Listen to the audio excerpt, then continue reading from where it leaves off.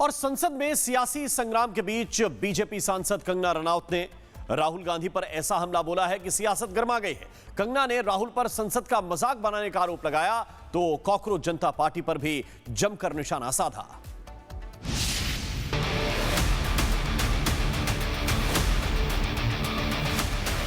मैं सोच रही हूँ कि ये जो है देश का उपहास वो कर रहे हैं।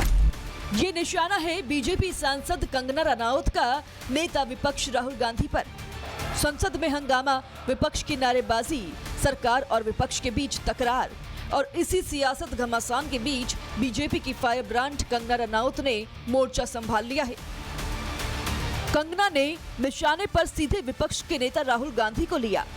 मुद्दा था संसद का गतिरोध और अमित शाह से जवाब की विपक्ष की मांग। लेकिन कंगना का अंदाज ऐसा था कि मुद्दे से ज्यादा चर्चा उनके शब्दों की होने लगी।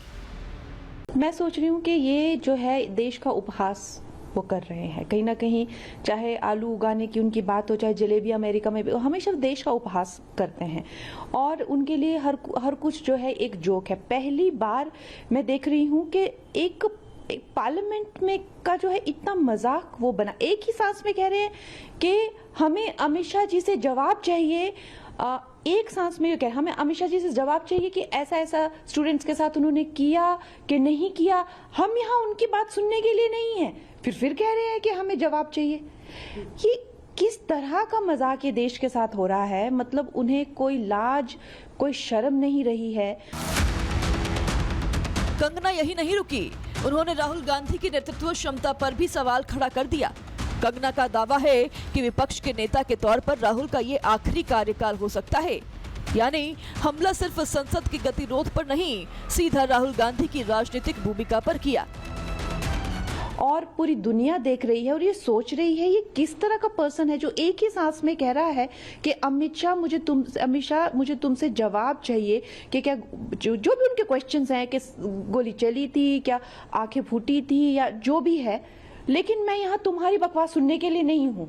इस तरह से जो वो अपनी भड़ास निकाल रहे हैं और इस तरह से जो वो पार्लियामेंट का अपमान कर रहे हैं, पूरे देश का अपमान कर रहे हैं, देशवासियों का अपमान कर रहे हैं, मुझे लगता है कि उनका जो है ये as a opposition leader I am 100% sure कि उनकी ये लास्ट टर्म है।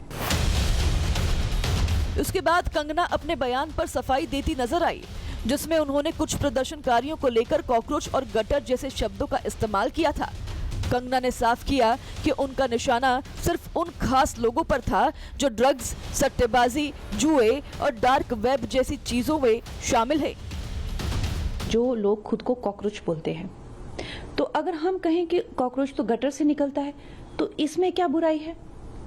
तो मैं ये कहना चाहती हूँ कि जो लोग खुद को कॉकरोच कहते हैं तो हम तो साधारण यही कह रहे हैं कि भाई गटर आपका घर है, तो अब आपको इससे क्यों दुख हो रहा है? लेकिन जो लोग खुद को कॉकरोच नहीं कहते हैं और उनको कॉकरोच से कुछ लेना देना, मैं तो नहीं मानती कि मैं कॉकरोच हूँ, मैं नहीं मानती मैं कॉकरोच हूँ। जो लोग नहीं मानते, तो मुझे कोई कहेगा कि मैं गटर में रहती हूँ तो मैं ना मना करूंगी नहीं, लेकिन जो कहते हैं कि मैं कॉकरोच हूँ तो वो गटर में ही रहेगा और क्या, तो उस तरह की उनकी मानसिकता होगी। कंगना ने बॉलीवुड को भी नहीं छोड़ा। नसीरुद्दीन शाह को लोमड़ी कहने पर प्रतिक्रिया देते हुए उन्होंने फिल्म इंडस्ट्री पर दोहरे रवैये का आरोप लगाया। कंगना का सवाल था, अगर झारखंड में बच्चों पर कार्रवाई हो रही है तो उन बच्चों के लिए आवाज क्यों नहीं? इसके अलावा कंगना ने बॉलीवुड के पाकिस्तान कनेक्शन पर भी सवाल उठाए।